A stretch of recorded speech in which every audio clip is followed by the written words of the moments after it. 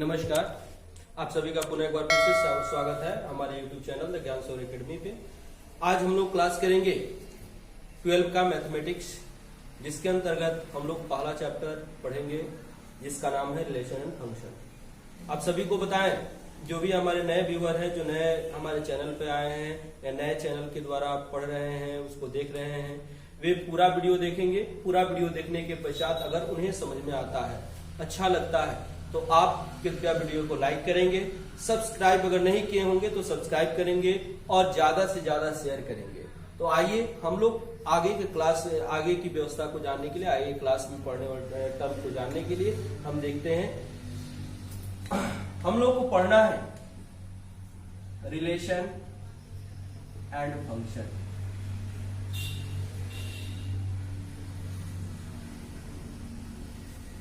Relation and function यानी कि इसको कहते हैं संबंध एवं फलन। संबंध एवं फलन। हम एक एक टर्म्स को जानेंगे। पहले जानेंगे रिलेशन को, संबंध को। सबसे पहले अगर हमको कोई भी चीज जानना होता है, कोई भी चीज करना होता है, तो वह जहां तक पहुंचाने वाला जो माध्यम होता है, वहां तक पहुंचने के लिए जो व्यवस्था होती है, उन सारी व्यवस्थाओं के बारे में हम लोग जानते हैं। उसको जानने के पश्चात हम लोग आगे बढ़ते हैं। तो एज ए हम लोग अभी 12 का क्लास कर रहे हैं, लेकिन इस रिलेशन के कंसेप्ट को समझने के लिए हम लोग प्रीवियस क्लासेज में यानी कि 11th में जो पढ़े हुए उसकी आवश्यकता आपको यहाँ पे पड़ेगी। तो उस टर्म्स को पहले क्लियर करते हैं, उसके बाद हम लोग रिलेशन में प्रवेश करते हैं। यानी कि रिलेशन को जानने के लिए हमको जानना होगा अभी क्या, सेट। उसके बाद हमको जानना क्या होगा, ऑर्डर्ड पेयर। उसके बाद हमको क्या जानना होगा, कार्टेशियन प्रोडक्ट। इन तीन टर्म्स को जानने के पश्चात हम लोग प्रवेश करेंगे रिलेशन में, है ना। तो पहले हम रिलेशन को समझाते हैं, उसके पश्चात हम एक एक टर्म्स को क्लियर करते हुए और यहां तक हम लोग पहुंचेंगे। ठीक है, तो आइए पहले जानते हैं संबंध, समझते हैं ओरली की संबंध कहते किसको है। जैसे ही संबंध की बात आती है, जैसे ही संबंध की बात आती है, तो हमारे दिमाग में ऐसे समझ में आने लगता है कि हमको रिलेशन से संबंधित काम को करना है ना। रिलेशन किसी व्यक्ति का हो सकता है, किसी वस्तु का हो सकता है, किसी सामग्री का हो सकता है ना। जैसे अगर हम देखते हैं, कहते हैं कि इस मार्कर का या एक कलम का कॉपी के साथ क्या संबंध हो सकता है, तो कलम क्या करता है, कॉपी पे लिखने का कार्य करता है ना। इसके माध्यम से हम अपने मन के विचारों को वहां पे लेखन विधि के द्वारा, लिखित विधि के द्वारा, लिखित शैली में उसको हम व्यक्त करते हैं किसी लिपि के अकॉर्डिंग, है ना। तो वैसे ही जैसे अगर हम कहते हैं यहां पे, जैसे एक व्यक्ति का दूसरे व्यक्ति के साथ एक संबंध होता है, क्या संबंध हो सकता है, तो पिता पुत्र का संबंध हो सकता है, पति पत्नी का संबंध हो सकता है, दोस्त का संबंध हो सकता है, गुरु चेला का संबंध हो सकता है, कुछ भी संबंध हो सकता है ना। यानी कि जैसे अगर हमको अब गणित में रिलेशन संबंध को पढ़ना है, तो डिफिनिट है कि यहाँ पे हम गणित पढ़ते हैं नंबर, संख्या की गणना के लिए। तो यहाँ पे संख्या के बीच ही संबंध को हमको पढ़ना होगा, है ना। मान करके चलते हैं कि जैसे 3 ले लिए और 6 ले लिए, है ना। अगर हमको कहा जाए कि जैसे हमको 3 दे दिया, अगर कहा जाए कि 3 का संबंध बताइए, तो यह अकेला टर्म्स दिया गया, तो इसको हम संबंध से नहीं समझ सकते हैं। हाँ, अगर एक और टर्म्स कोई भी दे दिया जाए, जैसे यहाँ पे हम 9 लिख दिए, है ना, तो अब यहाँ पे हम संबंध क्लियर कर सकते हैं, है ना। 3 के साथ क्या संबंध है, 9 का। हम बता सकते हैं कि 9 जो है वह 3 का 3 गुना है। 9 जो है वह 3 का क्या है, 3 गुना है। 9 जो है वह 3 का वर्ग है। 9 जो है वह 3 से 6 ज्यादा है ना। तो ऐसे बहुत सारे संबंध को हम डिटरमाइन कर सकते हैं, बता सकते हैं, है ना। अर्थात कहने का मतलब यह होता है, कभी भी संबंध बनेगा तो एक डिफाइंड टर्म के लिए बनता है, और वह डिफाइंड टर्म जो होता है वह कहां से आता है, तो आता है आपका सेट से। तो इसलिए सेट आवश्यक है। और 2 नंबर के बीच बनेगा, तो 2 नंबर को जब एक साथ किसी एक स्पेसिफिक ऑर्डर में नंबर को लेते हैं, एक विशिष्ट कोटि के अनुरूप जब नंबर को लेते हैं, तो उसको कहते हैं ऑर्डर्ड पेयर, यानी कि सेट आवश्यक है। ऑर्डर्ड पेयर आवश्यक है। और यह ऑर्डर्ड पेयर कैसे बनता है? तो ऑर्डर्ड पेयर का जो आपका कलेक्शन होता है वह दो सेटों के प्रोडक्ट से होता है, दो सेटों के गुना से मिलता है हमें, है ना। अर्थात कहने का तात्पर्य है कि जब दो सेटों को हम गुना करेंगे तो उस गुना को हम कहते हैं कार्टेशियन प्रोडक्ट, यानी कि Cartesian product is a product of two और मोर देन टू सेट्स, है ना। लेकिन हम यहां पर ऑर्डर्ड पेयर बनाना है तो सिर्फ हम 2 सेट लेंगे, है ना। ऑर्डर्ड ट्रिपलेट बनाना होगा तो हम 3 सेट लेंगे। वैसे ही आगे बढ़ने के लिए जितना आपका ऑर्डर बनाना होगा, है ना, यानी कि स्पेसिफिक ऑर्डर में दो एक नंबर को जब एडजस्ट करते हैं तब उसको कहते हैं ऑर्डर्ड पेयर। जब 3 नंबर को 3 सेट से लेकर के उसको एक स्पेसिफिक ऑर्डर में डिटरमाइन करेंगे, वहां पे पुट अप करेंगे, लेंगे, तो वह कहलाता है ऑर्डर्ड ट्रिपलेट, है ना। और अब यहां पर देखिए, हमको रिलेशन तक पहुंचने के लिए, संबंध को बताने के लिए क्या चाहिए? पहले सेट चाहिए। सेट क्या देगा? तो एक डिफिनिट नंबर ऑफ एलिमेंट्स को देगा, एक डिफिनिट एलिमेंट को देगा, है ना। एक आपका जिसको आप जानते हैं, है ना, वेल डिफाइंड ऑब्जेक्ट, वह वेल डिफाइंड ऑब्जेक्ट हमें प्राप्त होंगे कहां से? सेट से प्राप्त होंगे। तो हमको क्या चाहिए रिलेशन के लिए? सेट चाहिए। दूसरा क्या चाहिए? ऑर्डर्ड पेयर चाहिए। कि ऑर्डर्ड पेयर क्यों चाहिए? क्योंकि 2 नंबर के बीच ही हम रिलेशन को दिखा सकते हैं, और उस डिफिनिट रूल के द्वारा एक डिफिनिट ऑर्डर में जब 2 नंबर को हम एडजस्ट करते हैं, रखते हैं, तो उसको हम कहते हैं क्या? Ordered pair. और यह ऑर्डर्ड पेयर कहां से आपको प्राप्त होगा? तो 2 सेटों के कार्टेशियन, 2 सेटों के प्रोडक्ट से, गुना से, है ना। जिस प्रोडक्ट को हम कहते हैं क्या? Cartesian product. तो ऐसे हम इसको डिफाइन करते हैं, कर सकते हैं। तो इस प्रकार से अब हम लोग रिलेशन तक पहुंचने का कार्य करते हैं। इसके लिए हम सबसे पहले हम जानेंगे किसके बारे में? तो सेट के बारे में। हम यहां पर सिर्फ सेट को ही बताएंगे, उससे ज्यादा हम आगे हमको नहीं बढ़ना है, क्योंकि हम लोग को 11th में एक सेट थ्योरी चैप्टर ही पढ़ना था, तो उस पूरे चैप्टर में हमको प्रवेश नहीं करना है। हमको सिर्फ इसके कॉन्सेप्ट को जानना है, कॉन्सेप्ट को ही यूटिलाइज करके बात को आगे तक पहुंचानी है, उस व्यवस्था को समझना है। किस व्यवस्था को? तो अभी हम लोग जो व्यवस्था समझने जा रहे हैं वह व्यवस्था कौन है? रिलेशन है। जब रिलेशन जान जाएंगे तब हम लोग चलेंगे फंक्शन में। अभी हम लोग केवल रिलेशन के लिए काम कर रहे हैं कि संबंध क्या होगा, किसे कहते हैं, कैसे इसको एडजस्ट करते हैं। आइए, सेट क्या होता है? तो हम सेट को कहते हैं, सेट, आप बहुत सारे, सेट का मतलब एक व्यवस्था हो गया, एक रूल हो गया, है ना। जैसे सेट जैसे ही दिमाग में आया, बहुत सारे आप टर्म्स को सोचने लगते हैं, जैसे सोफा सेट। सोफा सेट जैसे ही आपको कहा जाता है, आपके दिमाग में यह बात आती है कि सोफा सेट का मतलब यह हो गया कि एक 3 आदमी को बैठने के लिए एक बेंच चाहिए, और सिंगल 2 आदमी को बैठने के लिए, लेकिन सोफा सेट का मतलब हो गया कि 5 सोफा के रूप में एक ऐसा वेल डिफाइंड व्यवस्था होगा जिसको हम जानते हैं, वो आपको होगा। जैसे मोबाइल सेट, मोबाइल सेट किसे कहते हैं? तो उसमें पता होता है कि एक व्यवस्था हमको मिलेगा जिसमें कीपैड होगा, स्क्रीन होगा, है ना, बैटरी होगा, चार्जर होगा, यह सारी टोटल व्यवस्था को हम मिला करके क्या नाम देते हैं? मोबाइल सेट नाम देते हैं। किचन सेट, किचन सेट जैसे ही आपको दिया जाता है, कहा जाता है, आप तुरंत समझ जाते हैं कि किचन में खाना बनाने के लिए आवश्यक जितने भी इंस्ट्रूमेंट्स होते हैं, जितने भी उपकरण होते हैं, जितनी व्यवस्थाएं होती हैं, उन सारे का कलेक्शन जो हम लेते हैं वह सारे क्या है? सेट है। इसलिए उसको हम किचन सेट कहते हैं। डिनर सेट अगर कहा जाता है, यानी कि जब हम खाना खाते हैं, खाना खाने के अकॉर्डिंग जिस चीज का प्रयोग करते हैं, प्लेट हो गया, चम्मच हो गया, है ना, जो भी आप उस व्यवस्था में यूज करते हैं, वो सारी व्यवस्थाओं का जो कलेक्शन होता है, उन सारे कलेक्शन का हम नाम देते हैं डिनर सेट, है ना। वैसे हम इसको, इस टर्म को यूज में लाते हैं, है ना। तो वैसे यानी कि सेट कहें तो क्या हो गया? तो इसको हम कह सकते हैं a collection of well defined object is called a set, है ना। यानी कि हम कह सकते हैं a collection of well defined object is called set. अर्थात कहने का मतलब यह हो गया, इसको हम लिख सकते हैं सुपरिभाषित वस्तुओं का संग्रह समुच्चय कहलाता है, समुच्चय कहलाता है। अब देखिए यहां पे एक आया है वेल डिफाइंड ऑब्जेक्ट।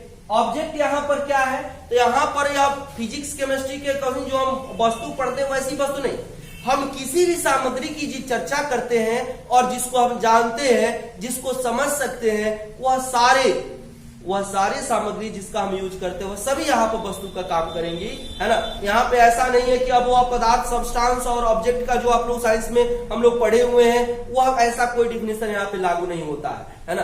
तो वैसा कोई भी कलेक्शन, वैसा कोई भी सामग्री जिसके बारे में हम चर्चा कर रहे होते हैं मैथमेटिक्स में, वो सब ऑब्जेक्ट कहलाता है ना। तो यहाँ पर लेकिन कैसा ऑब्जेक्ट, कैसा वस्तु, सुपरिभाषित, यानी कि जिसके बारे में आप वेल नोन है, आप बहुत अच्छे तरीके से जानते हैं कि यह क्या है, कैसा है, इसकी प्रकृति कैसी है, इसकी व्यवस्था कैसी है, उन्हीं का संग्रह क्या कहलाएगा, तो वह समुच्चय कहलाता है।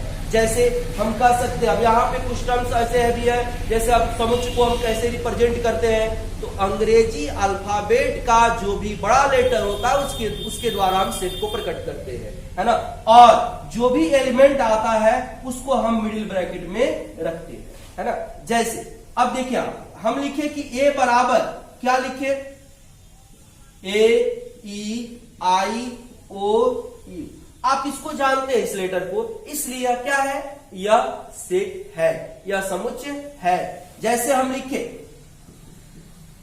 है ना, यहां पर लिख दिए राम, श्याम, रोहन, रहीम, है ना, यह हो गया। तो यहां पर आप यह देख रहे हैं कि यहां पर भी कुछ लड़कों का एक कलेक्शन लिया गया है, इसलिए यह भी आपका सेट होगा। तो आप सेट समझ सकते हैं कि सेट क्या होता है, सेट को हम कैसे एडजस्ट करते हैं। यह एक पूरा चैप्टर आप 11 में पढ़े हुए हैं, हमको सिर्फ इसको यूटिलाइज करने के लिए याद दिलाना था, जानकारी में लाना था कि सेट आपने क्या पढ़ा है ना। अब यहां पर जो आप नहीं जानते हैं वह कदापि सेट के अकॉर्डिंग आप नहीं ले सकते हैं, उसको नहीं रख सकते हैं। जैसे आपसे कहा जाए कि आपके कक्षा में पढ़ने वाले सबसे तेज 5 विद्यार्थियों का कलेक्शन, तो यहां पर यह सेट नहीं होगा, क्योंकि अगर कोई भी किसी को हम कहते हैं कि आप बताइए 5 को, तो अब एक जिस विद्यार्थी के लिए आप कहिएगा तो उससे तेज जो है वह बहुत सारे हो सकते हैं। तो एक के सापेक्ष जब भी हम कहें कि बहुत बड़ा, बहुत छोटा, बहुत नाटा, बहुत सुंदर, बहुत कुरूप, तो यहाँ पर यह तुलनात्मक जहां पर भी बात आएगी, बड़ा, सबसे छोटा, सबसे गाढ़ा, सबसे ऊंचा, सबसे तेज, सबसे विद्वान, तो इस सारे स्थिति में यहाँ पे सेट नहीं होगा, क्योंकि यह वेल डिफाइंड नहीं है, यह वेल नोन नहीं है। इसको हम एडजस्ट करके, अब जैसे कहा जाए कि इस दुनिया में रहने वाले 5 सबसे खतरनाक जानवरों का जो कलेक्शन है, संग्रह, उनका बताइए, तो यहाँ पर आप टारगेट इसको नहीं कर सकते हैं। जो जिससे डरता है, जैसे मान लेते हैं कि सामान्यतः कुछ लड़कियां हैं, जैसे छिपकली से, कॉकरोच से, सामान्य एक बिल्ली से कुछ डर जाता है, तो उनके लिए वही सबसे दुनिया का सबसे खतरनाक जीव हो गया, है ना। तो खतरनाक अपने अकॉर्डिंग आप मानते हैं कि कौन किसके लिए कितना खतरनाक है, यानी कि कौन कितना ज्यादा नुकसान पहुंचा सकता है। एक सर्कस के खिलाड़ी के लिए, एक सर्कस के मास्टर के लिए एक शेर, एक हाथी के महावत के लिए हाथी सबसे आपको क्या कहते हैं, कमजोर है, उसके लिए वो खतरनाक नहीं होता है। लेकिन एक सामान्य इंसान जो उस पर नियंत्रण करना नहीं जानता है, उसके लिए वो खतरनाक हो जाता है। तो एक वैसा कोई व्यक्ति यहाँ पे हम इसको वेल डिफाइंड नहीं कर सकते, वेल नोन नहीं है आपके लिए, है ना। वेल नोन वही हुआ जिसे आप जो सबके लिए लागू हो जाए, सबके लिए एक समान प्रॉपर्टीज को लागू करे, वह आपका वेल नोन है, वह आपका वेल डिफाइंड है, वह आपका सुपरिभाषित, तो आपका सेट होता है ना। बहुत सारे इसमें सेट भी हम लोग टाइप्स भी पढ़े हैं, finite set, infinite set, empty set, singleton set, है ना। यह बहुत सारे सेट्स के हम लोग पढ़े हैं, डिसजॉइंट सेट वगैरह, यह सारे पढ़े हुए।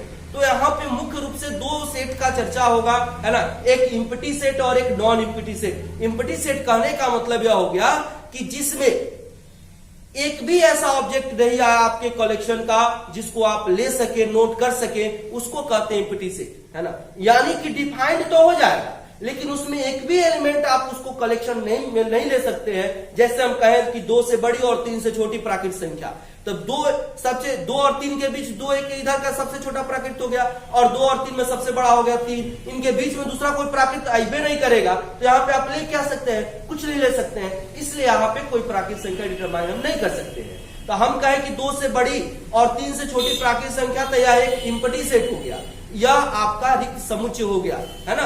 तो ऐसे हम इसको निर्धारित कर सकते हैं। अब देखिए यहाँ पे हमने समझ लिया सेट, है ना, सेट को जान लिया, सेट को समझ लिया।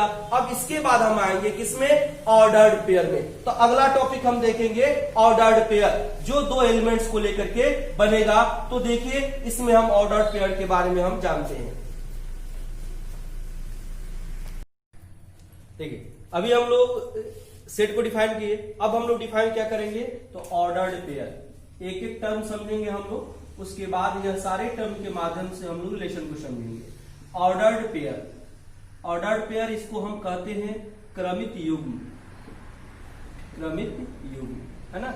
अब देखिए क्या होगा, इसको हम क्या करते हैं, तो हमने क्या बताया कि 2 कोई भी एलिमेंट ले, 2 कोई भी एलिमेंट ले ले, वो आपका सेट कोई भी दिया गया हो तो उसमें के सारे एलिमेंट्स डिफाइंड होते हैं, है ना, वेल डिफाइंड होते हैं। तो उन 2 एलिमेंट्सों को लेकर के जो एक डिफिनिट रूल के द्वारा उनको व्यक्त किया जाता है, एक ऑर्डर में उसको एडजस्ट किया जाता है, तो उसी को, उसी स्पेसिफिक ऑर्डर के फॉर्म को हम क्या कहते हैं, ऑर्डर्ड पेयर कहते हैं, है ना। लिखेंगे क्या होगा, if A and B are two numbers in a specific order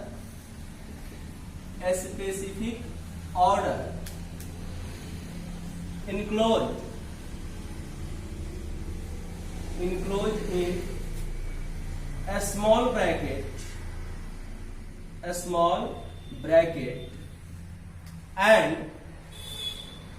and its form of AB, है ना।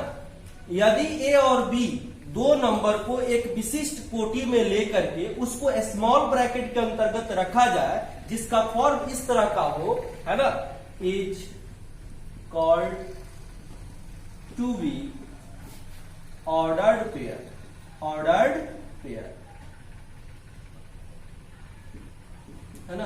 अर्थात कहने का मतलब क्या हुआ कि 2 कोई भी हम नंबर ले, वह नंबर कहां से लिया जाएगा, सेट से लिया जाएगा। सेट समझ रहे हैं कि क्या होता है, उसको लेकर के ये स्पेसिफिक ऑर्डर एक स्पेसिफिक रूल के अकॉर्डिंग जब एडजस्ट करते हैं, तो उसी एडजस्टमेंट को, उसी व्यवस्था को, और व्यवस्था हुआ कैसे होगा, स्मॉल ब्रैकेट के अकॉर्डिंग होगा, तो जिसका फॉर्म इस तरह का होना चाहिए। तो इसी व्यवस्था को हम क्या कहते हैं, ऑर्डर्ड पेयर कहते हैं। अगर यही चीज रहता कि इफ A, B and C are 3 numbers, है ना, in a specific order enclosed in a small bracket, तो अब उसको हम क्या कहते हैं, ऑर्डर्ड ट्रिपलेट कहते हैं। यानी कि वह 3 नंबर के द्वारा जो बनता है, एक डिफिनिट ऑर्डर में एक लिया जाता, तो उसको हम कहते हैं, वह तीनों नंबर 3 सेट से आपको लिए जाते हैं।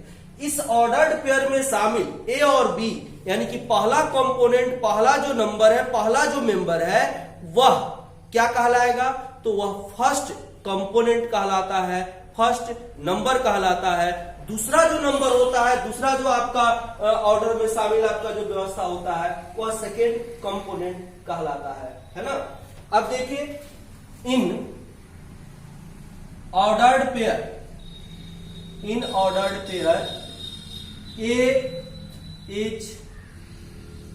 A be the first member and B be the second member, ठीक है। इसको हम लिख सकते हैं, आप चाहे तो इसी व्यवस्था को हिंदी में भी लिख सकते हैं। यदि A तथा B को दो A तथा B दो संख्या को एक विशिष्ट कोटि विशिष्ट कोटि के अंतर्गत, उसमें कोटि के अंतर्गत छोटा कोष्ठक में रखा जाता है जिसका स्वरूप AB होता है, क्रमित युग्म कहलाता है। क्रमित युग्म कहलाता है।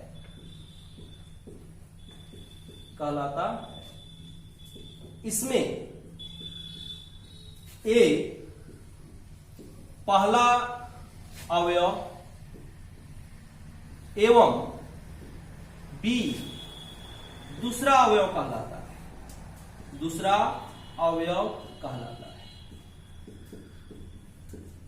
अब इसी में देखिए, ये तो हो गया कि दो नंबर ले लिए, उसको एक स्पेसिफिक ऑर्डर में जब एडजस्ट कर दिए छोटा कोष्ठक के अंदर, तो ऑर्डर पेयर कहलाएगा। पहला अवयव कहलाता है और दूसरा जो दिया जाता है वो दूसरा अवयव कहलाता है। इसमें भी अगर एलिमेंट को हम चेंज कर दें तो यह कभी भी इक्वल नहीं होगा, इसको भी ध्यान में रखना है। जैसे अब कैसे इसको हम समझेंगे वह समझिए, यानी कि इनमें हम इसको लिखेंगे in which AB not equal to B, AB not equal to B. कभी भी अगर हम एक ऑर्डर पेयर लेते हैं, उसके एलिमेंट को चेंज कर देते हैं, तो वह इसके इक्वल नहीं हो सकता है ना। इसको समझने के लिए हम एक एग्जांपल देखते हैं, है ना।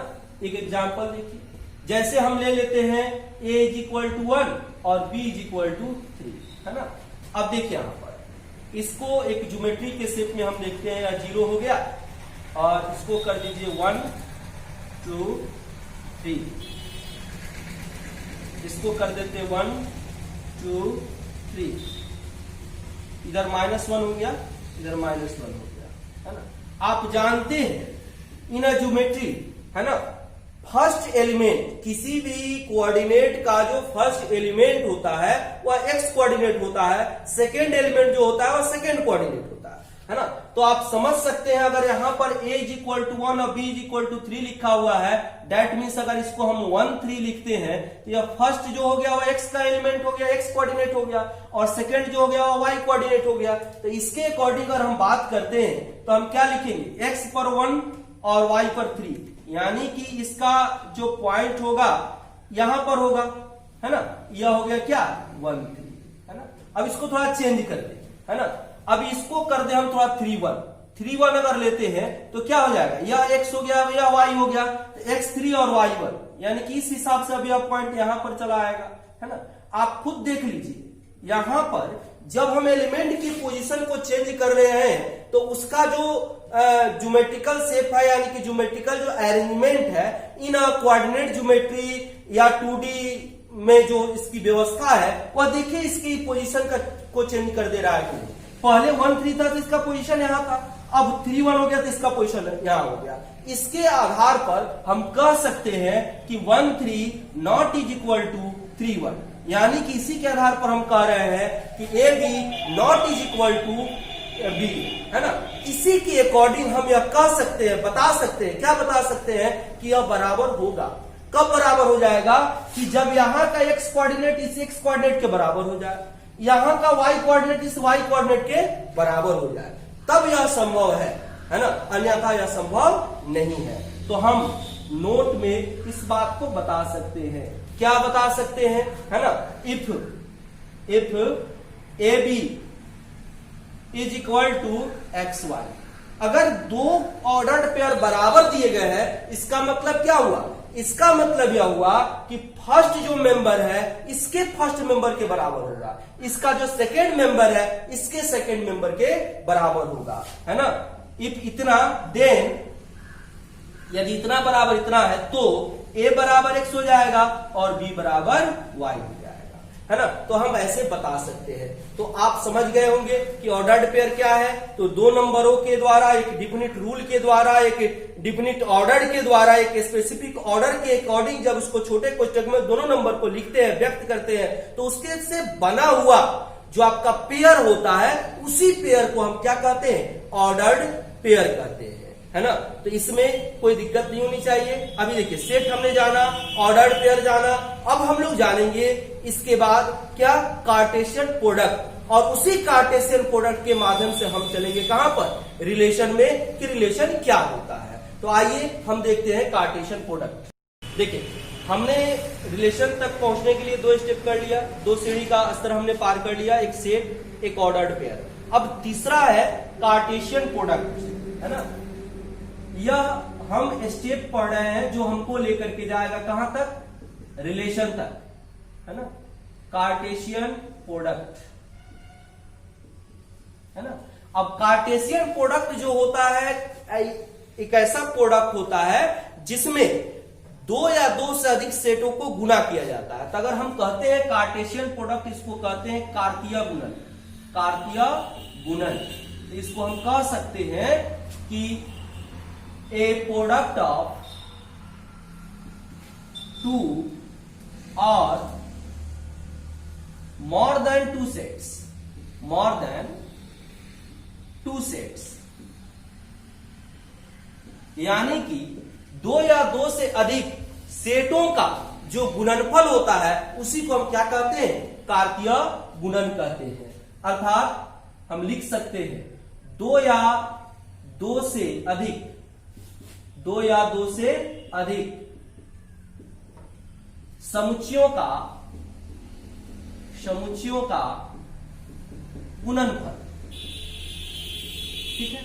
अब देखिए अब दो को हम गुना करेंगे तो दो एलिमेंट्स मिलेंगे, तीन का गुना करेंगे तो तीन एलिमेंट्स मिलेंगे, चार का गुना करेंगे चार। तो ऐसे यहां पे हमको एलिमेंट्स चाहिए दो, तो यानी कि ऑर्डर्ड पेयर के रूप में लेना है तो हमको क्या करना पड़ेगा, कार्टेशियन प्रोडक्ट के दो सेटों का गुना ही पढ़ना होगा। यानी कि हम इसमें क्या पढ़ेंगे अब बताइए, तो यहां पे हम लोग को पढ़ना है Cartesian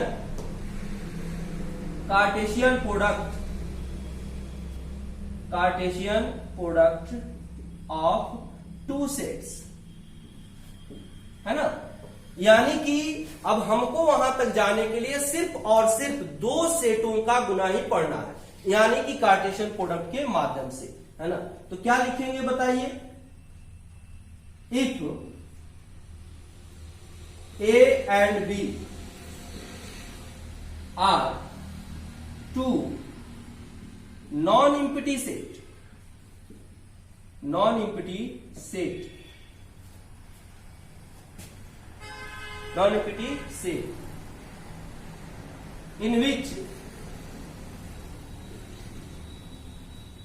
in which product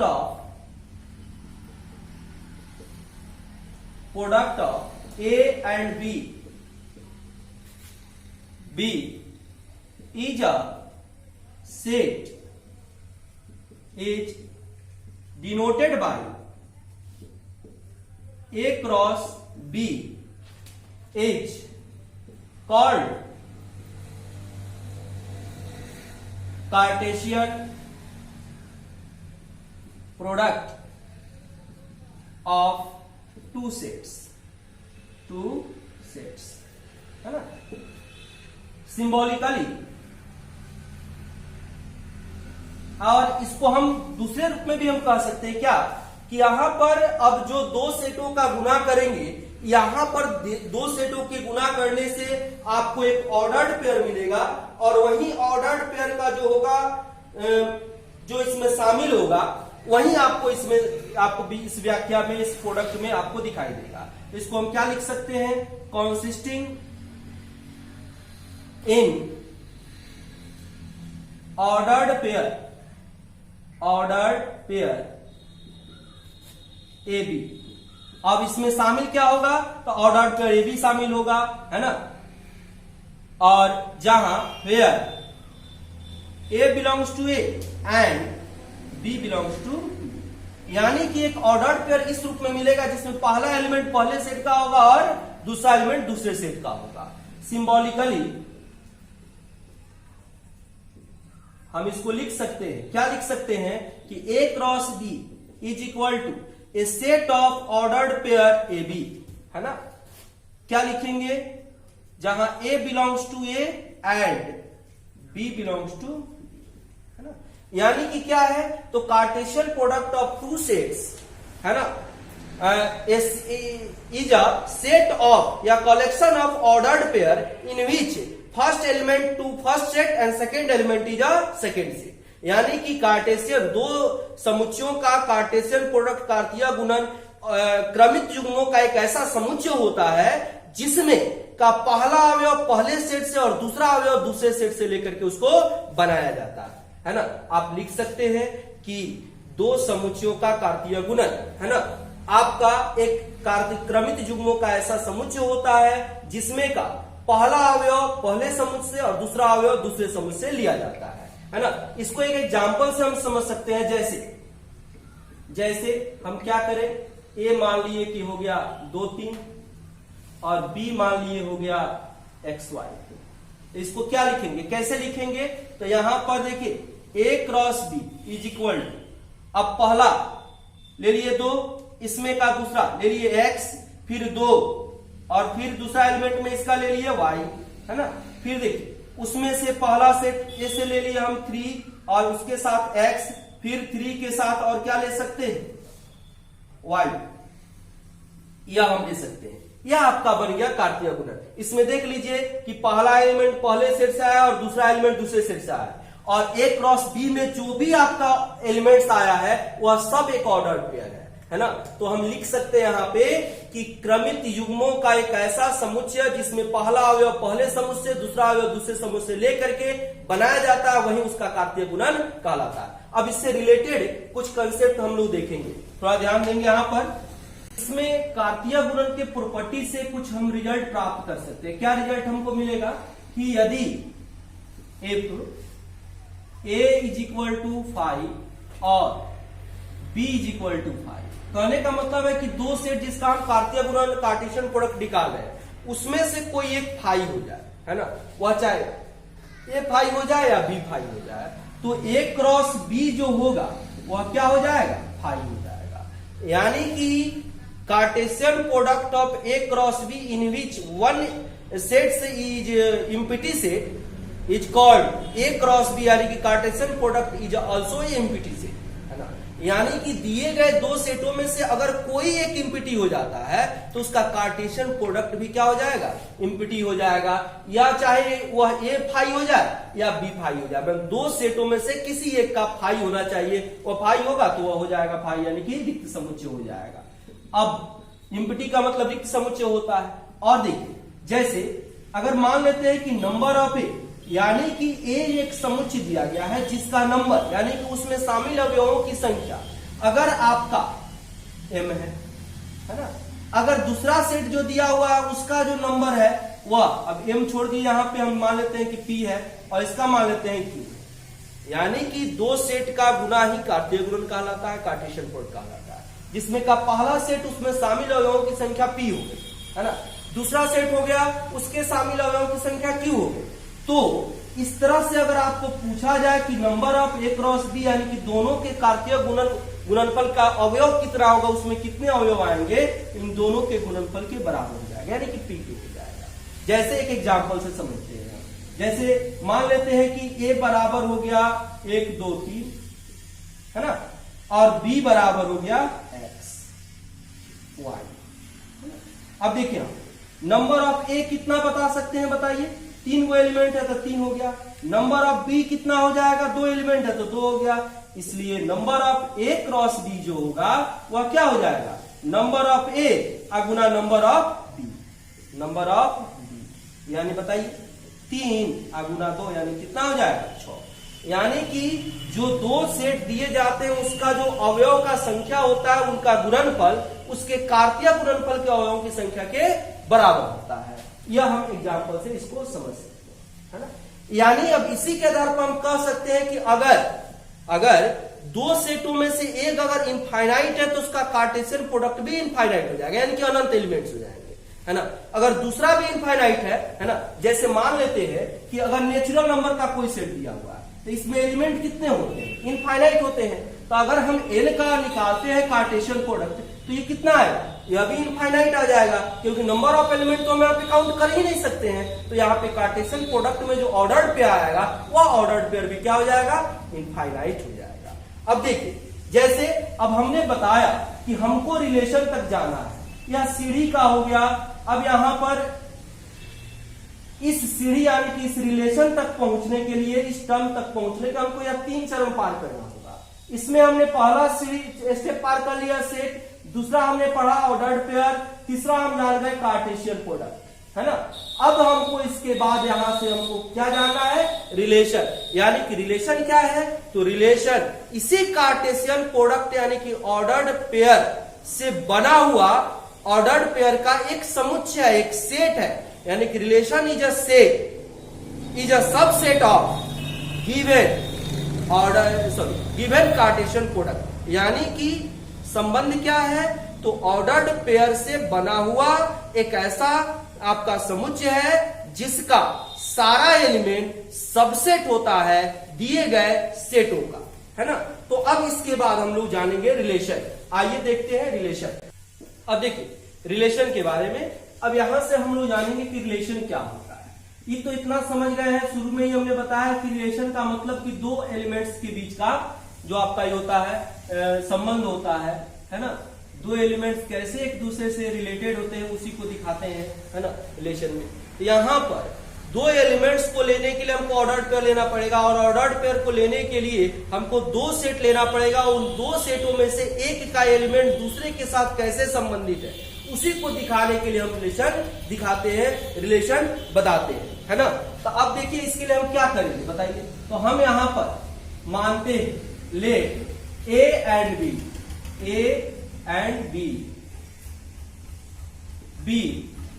to non empty sets, है ना। यानी कि ए और बी दो आपका अरिक्त समुच्चय दिया गया, लेकिन कुछ ना कुछ उसमें एलिमेंट्स होना चाहिए, है ना। अब देखिए तब then a relation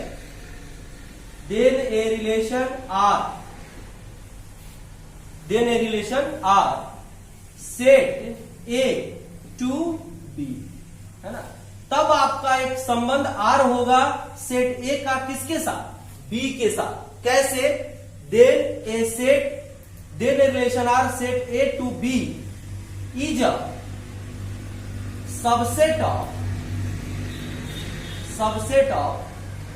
A cross B. यानी कि तब उस ऑर्डर्ड पेयर के लिए उसका एक वैल्यू होगा जो सबसेट होगा किसके, उसके कार्टेशियन प्रोडक्ट का।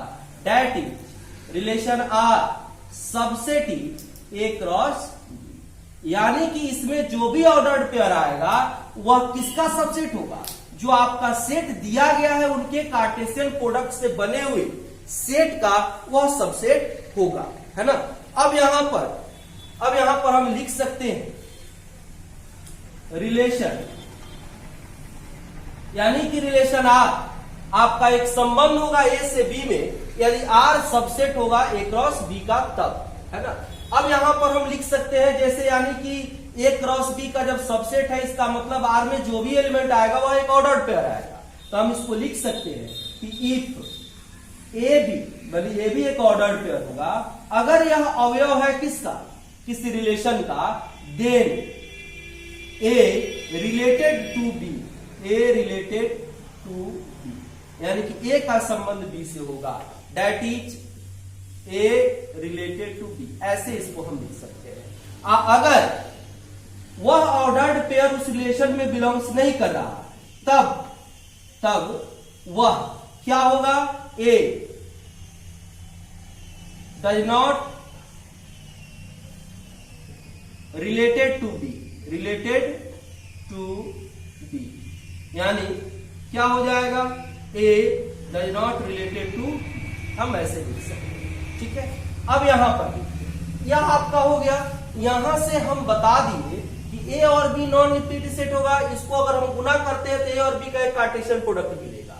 और उसमें भी रिलेशन आर एक संबंध होगा ए से बी में, कब? अगर वह आर उसका क्या हो जाएगा, सबसेट होगा तब। अब देखिए इसके लिए हम एक उदाहरण लेते हैं, है ना, एक एग्जांपल से इसको समझते हैं।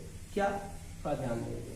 जैसे हम यहां पर लिखे 1 2, है ना, हमने ले लिया बी, इसको लिखा हमने 1 2 3 4, ठीक है। अब ध्यान रखें, हमने एक रिलेशन डिफाइन किया। यह रिलेशन आपको प्रश्न में, क्वेश्चन में डिफाइन करके दिया जाएगा कि क्या रिलेशन आपको दिखाना है ना। तो रिलेशन क्या है? तो ऑर्डर्ड पेयर से बना हुआ एक क्या कहते हैं, कलेक्शन है, एक समुच्चय, एक सेट है ना। तो यहां पर हम इसको लिख दिए, जैसे ए बी एक रिलेशन हो गया जहां a is equal to B plus 1, है ना, जहां हम लिख सकते हैं क्या, a belongs to a and b belongs to b, ठीक है।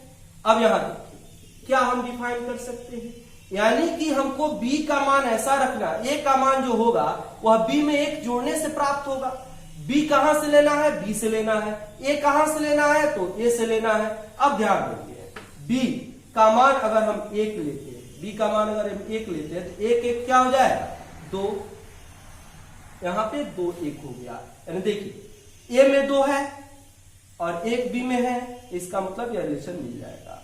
और देखिए अगर b का मान हम 2 ले लेते हैं तो 2 1 क्या हो जाएगा, 3, 3 a में दिखाई दे रहा है, इसलिए हम इसको लिख सकते हैं। क्या लिख सकते हैं, यहां 3 और यहां 2, यानी कि 3 2 भी शामिल है।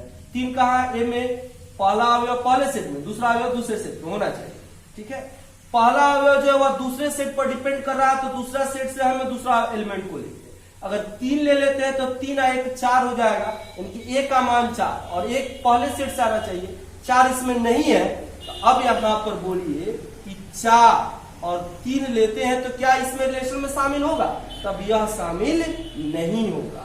यानी कि रिलेशन सिर्फ बनेगा इन्हीं 2 ऑर्डर्ड पेयर का, क्योंकि यही 2 ऑर्डर्ड पेयर है जो इसके अकॉर्डिंग एग्जिस्ट कर रहे हैं, जहां पर पहला जो एलिमेंट है पहले सेट से आ रहा है और दूसरा एलिमेंट जो है वो दूसरे सेट से आ रहा है, और इस संबंध का अनुपालन कर रहे हैं। कैसा संबंध का अनुपालन कर रहे हैं कि a इस संबंध में कहा जा रहा है कि a जो है वह b से 1 ज्यादा है। तो देखिए b दूसरे सेट का एलिमेंट होगा, a पहले सेट का एलिमेंट होगा। देखिए तो इससे 1 ज्यादा है कि नहीं, 1 से 1 ज्यादा 2 हो गया, 2 से 1 ज्यादा 3 हो गया। अगर आप 3 लेते तो 3 से 1 ज्यादा कितना होगा, 4 होगा, जो कि पहला एलिमेंट होगा, और पहला एलिमेंट पहले सेट से चाहिए और पहला सेट में 4 नहीं दिया हुआ है, इसलिए यहां पर हम 4 और 3 नहीं ले सकते हैं। तो इसके हिसाब से हमको क्या दिखाई दे रहा है कि अगर इसका कार्टेशियन प्रोडक्ट निकालते हैं तो यह जो R है इसका सबसेट हो जाएगा, है ना। इस तरह से हम रिलेशन को डिफाइन करते हैं। अब रिलेशन में कुछ टर्म्स आते हैं, कौन कौन से टर्म्स आते हैं, तो डोमेन आता है, रेंज आता है और कोडोमेन आता है। इसको हम लोग जानेंगे, डोमेन, कोडोमेन और रेंज को। तो डोमेन और रेंज, अब देखिए हमको डिफाइन करना है कि डोमेन क्या होता है, कोडोमेन क्या होता है, रेंज क्या होता है। ध्यान से समझिए, है ना। किसी भी रिलेशन का, है ना, डोमेन के बारे में अगर हम डिफाइन कर रहे हैं, प्रांत के बारे में डिफाइन कर रहे हैं, है ना, तो in a relation collection of first element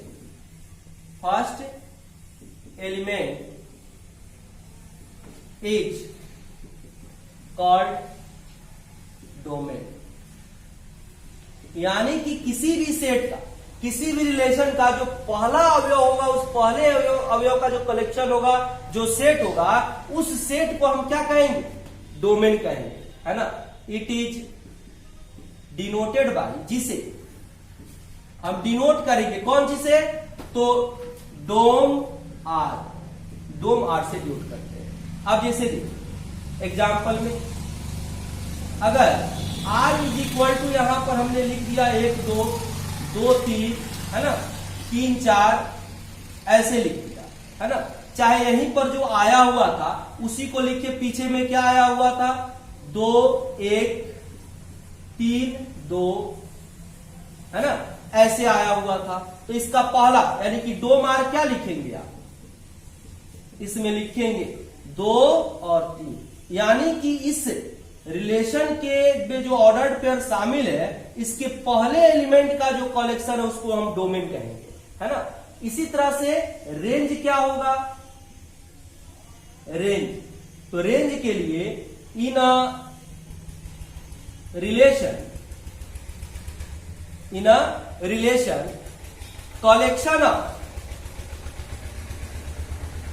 collection of second element is called range। यानी कि जो भी आपका होगा, जो रिलेशन दिया जाएगा, उस रिलेशन में का जो सेकेंड एलिमेंट का जो कलेक्शन होगा, जो सेट होगा, है ना, उसी को हम क्या कहते हैं, रेंज कहते हैं। अब देखिए आप यहां पर हम इसको लिखेंगे, it is denoted by range R, है ना। अब एग्जांपल देखिए, अगर हम रिलेशन को डिफाइन कर रहे हैं, अभी जो लिए हुए हैं 2 1 3 2, है ना, इससे, तो इसमें का दूसरा एलिमेंट कौन, 1 2, तो हम क्या लिखेंगे, range R is equal to 1 2, यही हो गया इसका रेंज। अब इसमें देखिए कोडोमेन की अगर बात की जाती है, तो जो सेकेंड सेट होता है, यानी कि all elements of second set is codomain of R, यानी कि रिलेशन आर जिसके लिए हम तैयार कर रहे हैं, उस रिलेशन आर को तैयार करने के लिए जो सेकेंड सेट का प्रयोग हम लोग किए, उसी सेकेंड सेट का जो ऑल एलिमेंट्स है वह क्या हो जाएगा, कोडोमेन हो जाएगा। यानी कि अगर हम कोडोमेन लिख रहे हैं तो इसके लिए क्या बताएंगे, कोडोमेन क्या होता है, यानी कि ऑल एलिमेंट्स, यहां पर ऐसे लिखिए, collection of all elements of second set